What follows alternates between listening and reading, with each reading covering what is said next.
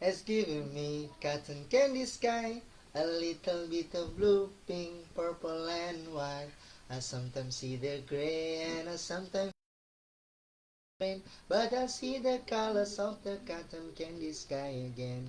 Halo teman-teman, hari ini Kak Arif dari keluarga Ornithoptera Optima bersama dengan keluarga akan menyajikan sebuah buku berjudul Library Lion. Ini buku pre-love ya, buku pre-love dari perpustakaan. Bagus banget ini, masih mulus, dari Korea. Nah, ini berjudul Library Lion, ditulis oleh Marshall Knudsen dan Kevin Hawkes. Uh, Buku ini bercerita tentang, kalau dalam persepsi kami ya, bagaimana mengelola kreativitas dan sikap kritis dalam ruang kedisiplinan pada diri, pasangan, dan anak-anak terhadap aturan-aturan yang telah disepakati. Jadi gini, saya dan istri itu mendapati bahwa kami eh, menetapkan aturan-aturan.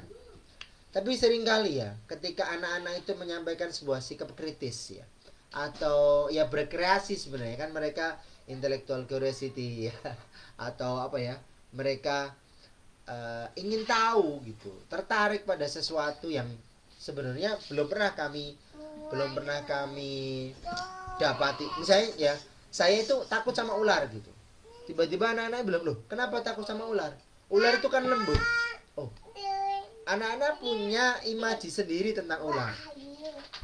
Sehingga terakhir kemarin saya lewat di sawah itu, di ke sawah kami ada ular itu, saya takut ya. Ular hitam gitu. Dia lagi ngambil ikan mungkin di kolam itu. Tapi ya sudah, saya percaya bahwa saya tidak mengganggu dia dan dia tidak akan mengganggu saya. Ular itu lembut. Oke, saya jalan gitu saja. Dan ular itu juga tidak ngapa-ngapain gitu. Oke. Anu ada ruang-ruang yang kami atau saya orang tua itu memang harus ikhlas ya, melepaskan misalnya Imron untuk mengerjakan sesuatu yang sebelumnya belum pernah saya lakukan, yaitu memancing di sungai. Ternyata dia dapat ikan sebesar ini.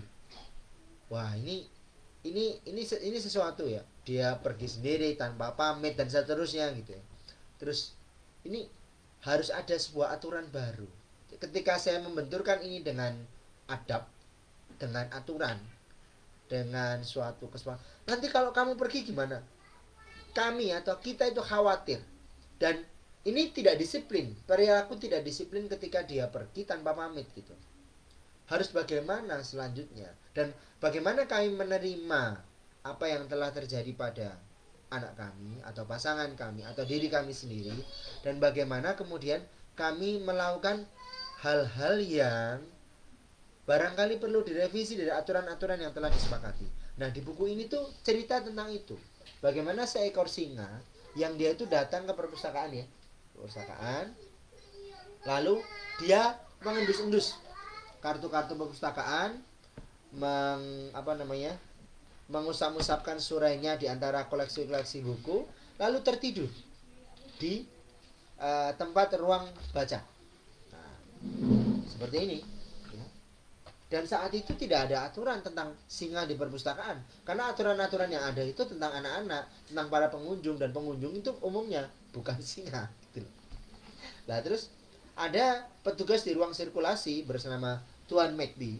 Dia bingung dan dia melapor kepada Nona Meriwether, si kepala perpustakaan. Nona Meriwether, jangan berlari. Tapi ada seekor singa. Apakah dia melanggar peraturan? Nona Meriwether ini sangat teliti. Eh, Tidak, ya tidak. Dia tidak melanggar peraturan. Kalau begitu biarkan saja, kata Nona Meriwether. Lalu tiba di waktu bercerita. Si singa ini mendengarkan si pembaca cerita itu khawatir ya, tapi dia tetap meneruskan ceritanya sampai berhenti, selesai beberapa cerita selesai. Si singa ini mengaum dengan keras karena minta cerita lagi. Karena mengaum dengan keras, wow. Nona Meriwether mendengar, dia datang. Siapa yang mengaum tadi? Kalau kamu tak mengaum, berisik, kamu harus keluar dari perpustakaan ini. Itu aturan.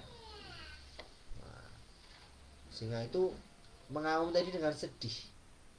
Anak-anak berkata, Nona Meriwether, kalau singa ini bisa lebih tertib, tidak mengaum, diam, tertib, mendengarkan, apakah dia bisa datang besok? Boleh. Singa yang tertib dan mendiam boleh datang lagi untuk datang di waktu bercerita. Akhirnya datang. Tapi dia datang lebih awal. Nah, maka kemudian Nona Meriwether memberdayakan singa ini. Nah, singa ini diajak untuk datang. Oh, kalau gitu kamu bisa membersihkan debu-debu di koleksi buku. Lalu meminta menjilati semua amplop yang berisi pemberitahuan bagi mereka yang terlambat. Lalu dia melakukan berbagai hal yang tidak diminta, ya. Membersihkan debu ensiklopedia, menjilati amplop-amplop, membiarkan anak kecil berdiri di atas punggungnya untuk meraih buku-buku, dan sebagai tempat bersandar yang bagus bagi anak-anak yang ingin membaca buku. Nah, sambil singa itu menunggu waktu bercerita. Dan singa itu menjadi sangat berguna. Nah, dia bekerja. Singa itu merasa dirinya memiliki sebuah perasaan sosial. Karena dia berkontribusi dengan prasangka yang baik. Bahwa dia selama menaati peraturan, dia akan diterima. Ini sama ya, ketika kita berada pada sebuah komunitas, pada sebuah kita berkontribusi, kita yakin bahwa kita akan diterima. Pramudia Anantatur itu bilang, sungguh jauh berbeda di buku Rumah Kaca ya, di pengantar buku Rumah Kaca. Kalau di negeri Belanda sana, semua orang yang melakukan suatu perbuatan, menghasilkan sebuah karya, dengan sendirinya dia akan mendapatkan tempat. Tapi di Hindia ini, mengapa orang itu harus rebutan untuk mendapatkan kekuasaan? Ini sebuah kritik dari Pramudia Anantatur ya, bahwa perasaan sosial itu di negeri kita belum sampai atau belum cukup hanya dengan melakukan kontribusi yang bermanfaat berdasarkan prasangka baik. Ada nilai-nilai materialistis. Nah, sehingga seorang yang punya harta lebih banyak, dia akan mendapati hierarki yang lebih tinggi. Yang titel jabatan pendidikannya lebih tinggi, dia mendapatkan hierarki yang lebih tinggi. Entah mereka itu berkontribusi atau tidak, pokoknya kalau mereka punya harta, mereka mendapatkan tempat di masyarakat. Mereka punya jabatan tinggi, pendidikan yang lebih tinggi, mereka mendapatkan posisi. Seperti itu, ya. Bukan berdasarkan kontribusi.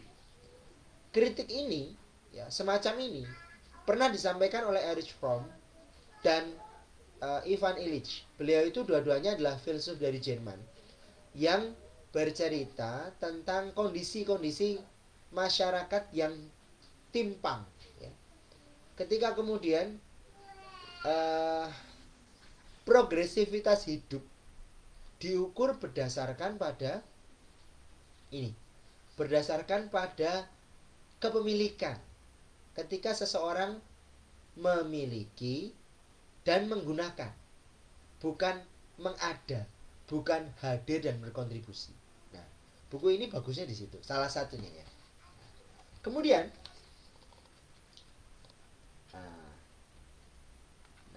kemudian si Nona Meriwether satu kali mengajak singa ini untuk membantunya. Tiba-tiba dia jatuh. Singa ini bingung. Nona Meriwether bilang, cepat, panggil Tuan McBee. Aku perlu dokter. Singa itu segera berlari. Jangan berlari, kata Nona Meriwether. Dia tahu dia sedang melanggar peraturan. Lalu, dia berada di depan Tuan McGee yang ada di ruang sirkulasi. Dia mengedipkan matanya dan mengarahkan moncong hidungnya ke arah kantor Nona Meriwether. Tapi Tuan McGee bilang, singa, pergi kamu, aku sibuk.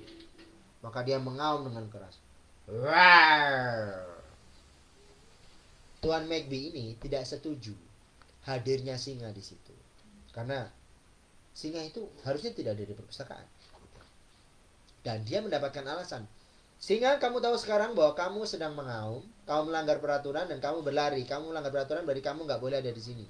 Singa itu pergi. Dan Tuan McBee tidak memperhatikan. Dia langsung saja pergi ke ruang Nona Meriwether. Dia menemukan bukti untuk mengusir singa yang tidak tahu adab itu. Singa yang tidak mengerti, yang tidak taat pada peraturan itu. Nona Meriwether, singa itu melanggar peraturan. Dia tidak bisa diam. Nona Meriwether berkata di balik meja, kadang-kadang ada alasan bagus untuk melanggar peraturan. Bahkan di perpustakaan. Sekarang tolong panggilkan dokter, kurang salanganku patah. Tuan McBee kemudian berlari. Jangan berlari, kata Nona Meriwether. Ini selalu ya, sesuatu ditabrakkan dengan aturan, sesuatu dibenturkan dengan adab, sesuatu dibentur. Ini buku ini ceritanya begitu. Oke. Setelah itu tiba waktu bercerita di hari-hari berikutnya, ya, singa itu tidak ada. Nona Meriwether mulai kehilangan. Orang-orang pun merasa ada yang hilang. Ada sesuatu atau seseorang yang tidak hadir, dan itu adalah singa yang tidak hadir di waktu bercerita, yang tidak hadir di perpustakaan mereka. Mereka merasa kehilangan.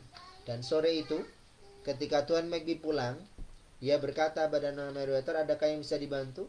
Nona Meriwether bilang tidak ada. Tuan McBee berinisiatif untuk mencari singa itu. Di mana-mana dia cari, di rumah pohon, di bawah mobil, di semak-semak, di mana-mana dia cari.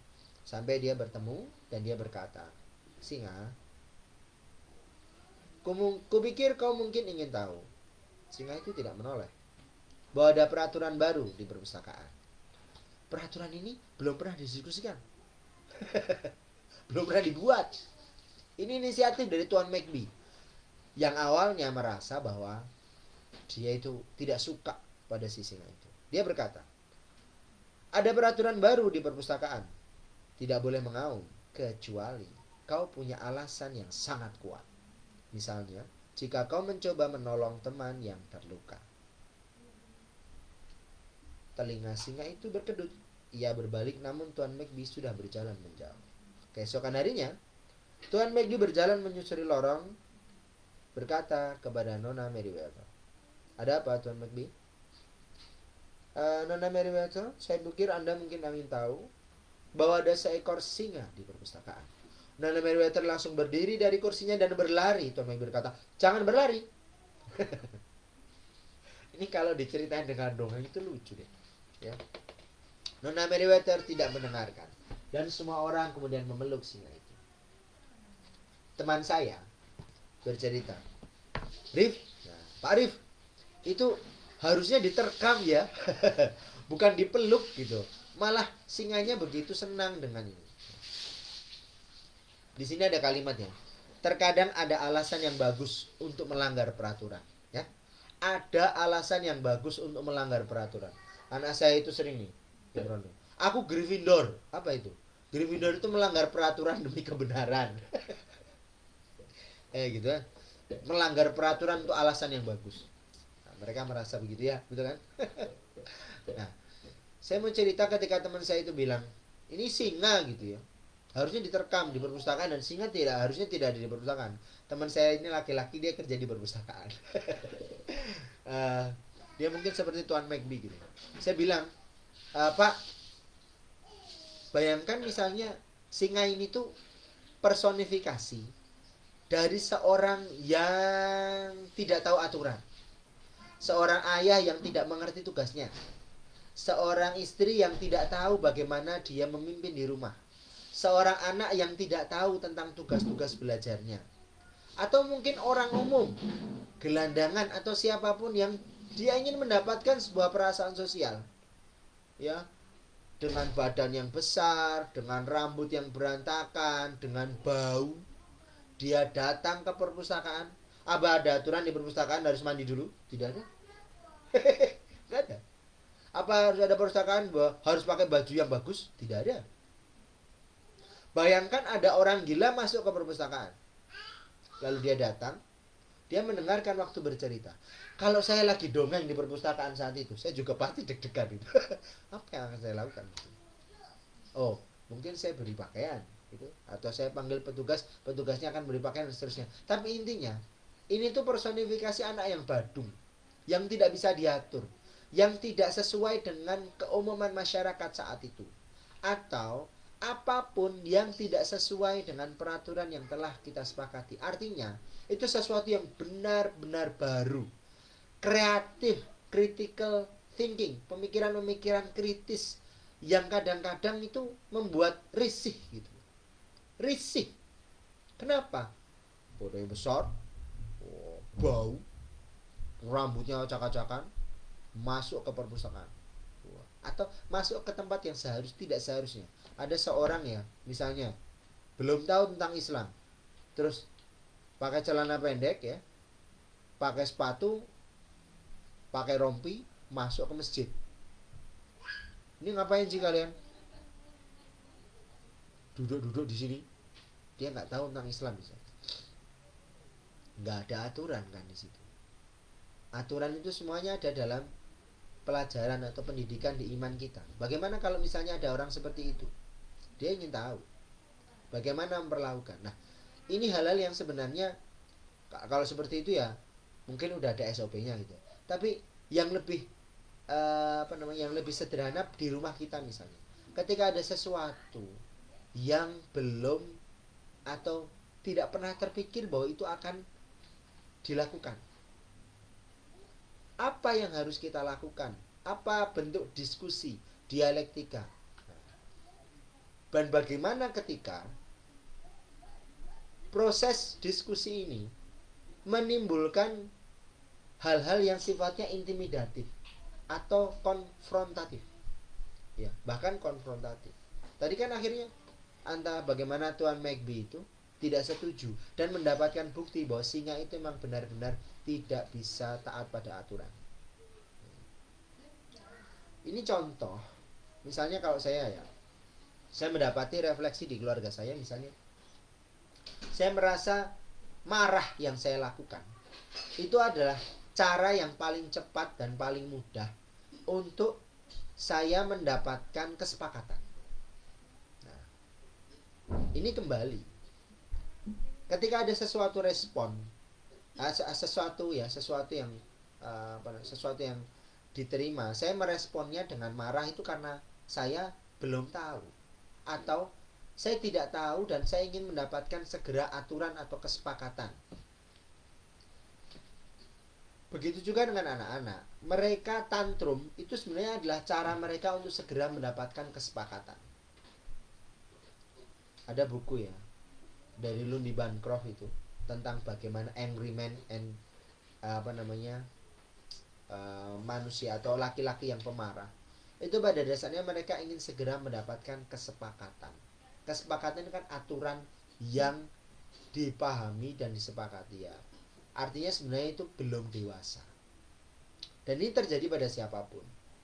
Orang tua, anak-anak, masyarakat, tokoh masyarakat maksudnya. Itu akan berada pada posisi seperti ini.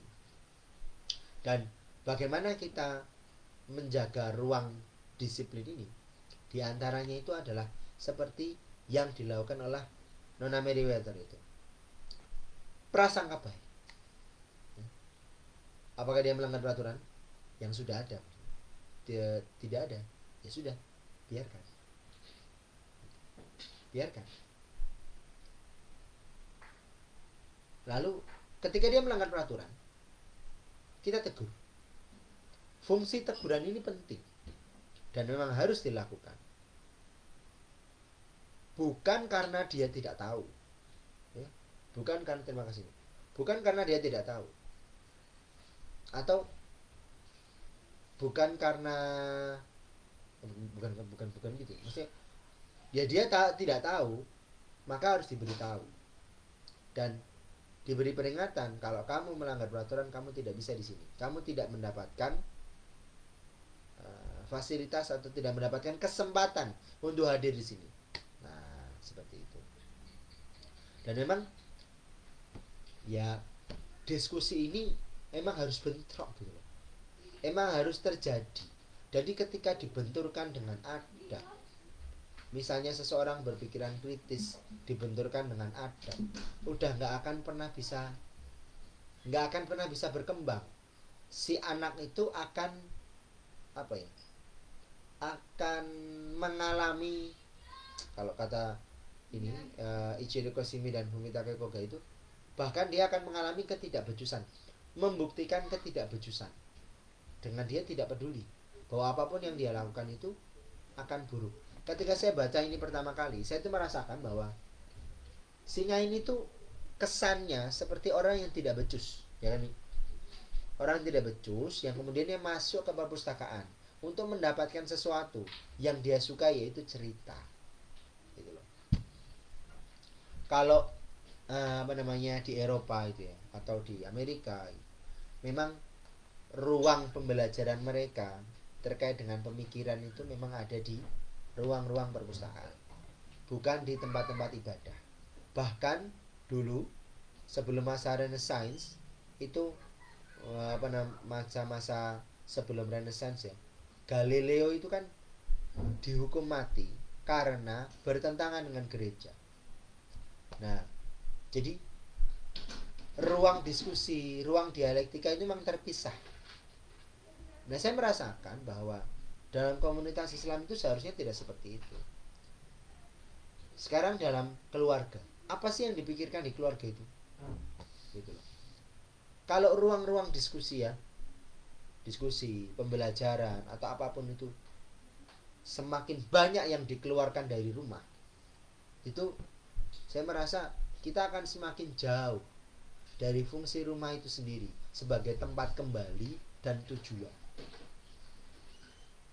Ketika saya sama MST diskusi soal surga yang tak dirindukan dari Asma Nadia misalnya, kenapa seorang pras seperti itu? Ya karena dia tidak menjadikan rumahnya itu sebagai tujuan dan tidak menjadikan rumah itu sebagai tempat kembali. Rumah tidak lagi menjadi fungsi kebahagiaan. Saya menjadikannya sebagai perpustakaan, ya tempat diskusi dan seterusnya. Berazan. Begitu. Nah, semoga yang sedikit ini bermanfaat ya teman-teman. Sampai jumpa pada What the Book Said episode berikutnya. Terima kasih. Assalamualaikum warahmatullahi wabarakatuh.